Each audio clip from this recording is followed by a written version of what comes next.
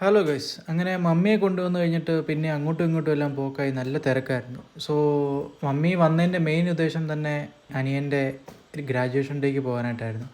അങ്ങനെ ഞാനും മമ്മിയും ആൻറ്റിയും കൂടെ കൂട്ടി ഞങ്ങൾ അവൻ്റെ ഗ്രാജുവേഷന് പോകാനായിട്ട് അവൻ്റെ കോളേജിലോട്ട് പോയിരുന്നു. അങ്ങനെ വന്ന വഴിക്ക് ഫുഡൊക്കെ കഴിച്ച് അവൻ്റെ കോളേജിൽ ചെന്ന് കയറി. And this is his college. അതൊരു നല്ലൊരു ഗ്രീൻ ക്യാമ്പസ് ആണ്. സോ അവിടെ ചെന്ന് അവിടുന്ന് ഞങ്ങൾ നേരെ അവരുടെ ഹാളിലേക്ക് ചെന്നു. ആൻഡ് അവിടെ കയറി അകത്തിരുന്ന ഒരു 3/4 മണിക്കൂറോളം പോസ്റ്റായിരുന്നു കേട്ടോ. അത് കഴിഞ്ഞ് ഞാൻ കേട്ടത് ഇതാണ്.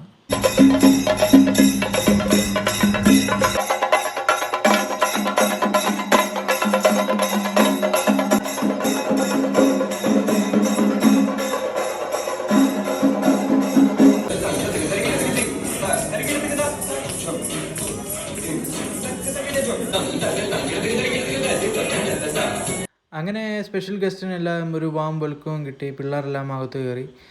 ആൻഡ് നമ്മുടെ ആൻറ്റിയുടെ നല്ലൊരു പ്രസംഗം ആൻഡ് നല്ല 2 മോട്ടിവേഷൻ സ്പീക്കും ഇവരുടെ കയ്യിൽ നിന്ന് കേട്ടിട്ടുണ്ടായിരുന്നു.